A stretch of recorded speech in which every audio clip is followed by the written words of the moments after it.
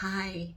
So a lot of years ago, I was vacationing with a friend in California, and we decided to take the opportunity to go sea kayaking.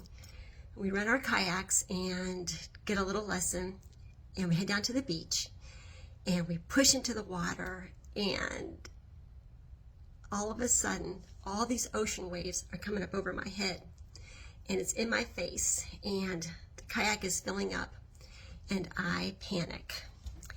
And behind me, I can hear my friend saying, "Kathy, you have to paddle." And it was the strangest thing because I could hear her, but she was very muffled. And to me, it sounded like she was speaking in slow motion. And so she keeps saying, "Kathy, you have to paddle." And she's saying this over and over, but I can't move. I look over to my right, and this fella takes on a big wave, and he gets dumped right in the ocean. And so now my panic is worse, right?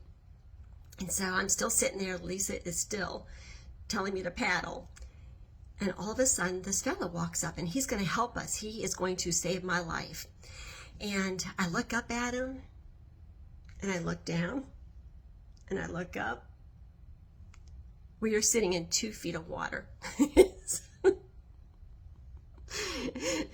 I'm like, "Oh, I'm okay." And so I look back at my friend, and I'm like, "Okay, I'm ready." And we paddle, and out we go, and had a great time.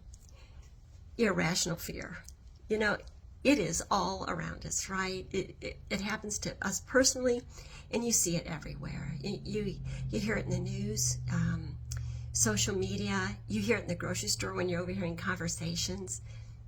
And people are afraid of, oh my gosh, just name it. Fear of lack, fear over the inpouring of immigrants, fear of illness, fear of he's leaving me. It's everywhere. And so Mark Twain had this great quote, which I love, and it says, I believe it says, a lot of terrible things have come into his life, and some of them actually happened. And isn't that so true, right? When we are fearful, we are living in the future. What we think might happen is not our current reality. And so fear, for the most part, is just a total time and emotion waster, right? Fear steals the gift of the holy moment. And they're all holy moments, and we want to embrace those. We don't want anything stealing those away from us. So, if you're dealing with this terrible illness, live in the moment.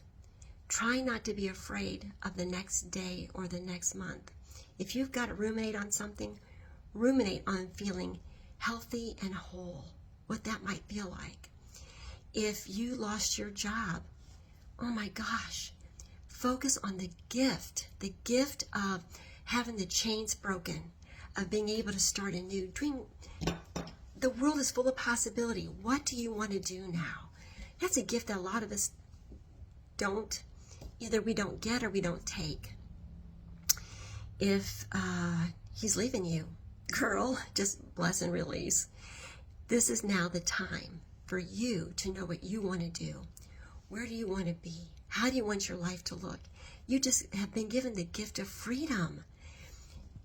And I'm not saying these things are not hard, and I'm not saying they're not sad.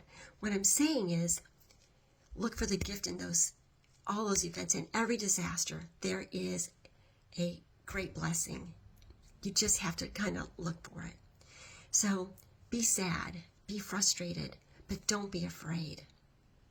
You know, fear is a choice, but so is living in hope and living in, connection and possibility. So if you're in that dark space, find some quiet time. Where are you on that emotional scale? And what can you do to move one up? Love and fear, love and fear, that's not what I want to say, or joy and fear cannot exist at the same time. So which one do you choose? Okay, that's all for today. Talk to you real soon.